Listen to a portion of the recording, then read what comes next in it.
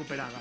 Cambiamos de tema completamente, Rocío, porque che vou dar un dato que che vai deixar a boca aberta. Non me digas. Ti sabes que en Galicia temos medio millón de vacas estabuladas? Ai, sí. Sí, medio millón de vacas, que non son poucas. Esas vaquiñas precisan cuidados dos pés, esas pezuñas, e teñen que ir ao podólogo, porque se non cuidado, Mira que eu non sabía que había podólogos de vacas. Ai, ai. Eu de verdade quedei impresionada. Hai que chamar aos podólogos sempre na miña casa. Hai que chamar aos podólogos, porque coxaban a vaca, ademais. Sí, sí. Claro, esa vaca coxea e non se levanta, eso dá menos leite, ven todas as complicacións. Claro que complicado tamén está hoxe en día atopar un podólogo de vacas, Sí, non hai o que? Non hai moitos. E non pregúntolle a José María, que fomos ali a velo para ver que nos conta el como lle coidan as os pés das súas vaquiñas.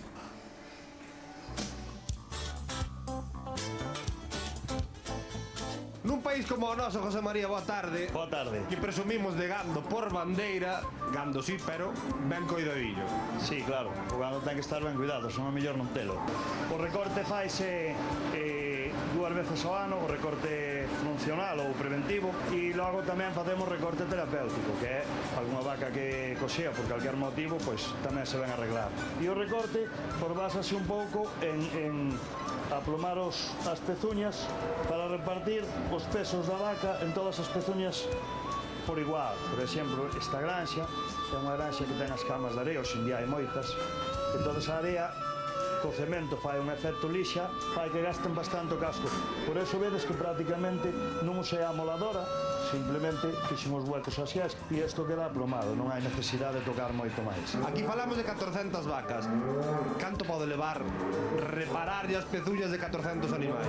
Pois mira, esta facémola en dúas mañáns e vimos sempre que entre 2-3 potros para facela para acabar o antes posible molestar o menos posible na rutina diaria das vacas. E é máis levadeiro para elas e para nós tamén. Levamos alrededor dunhas 1500 granxas en todo Galicia. Este ano pasado, 2023, pasaron polos potros alrededor dunhas 150.000 vacas. A verdade é que é duro, sobre todo ao principio, antes era moito máis duro que agora. Como foi cambiando isto co paso do tempo? Bueno, pois igual un pouco que todo, non? As máquinas melloran moito, fai que o noso traballo hoxe en día sea moito máis levadeiro, sea como outro traballo calquera. Cando falamos do leite, da carne, a nivel mundial, sabe, todo o mundo sabe situar Galicia no referente ao gando, pero tamén en podoloxía. Sí, é certo, sí. Un compañeiro noso foi o campeón do primeiro campeonato do mundo que se celebrou este ano en Barcelona. Había 17 países representados por distintos podólogos e o que quedou campeón foi o noso compañeiro Juan Sánchez, que o temos aquí ao lado.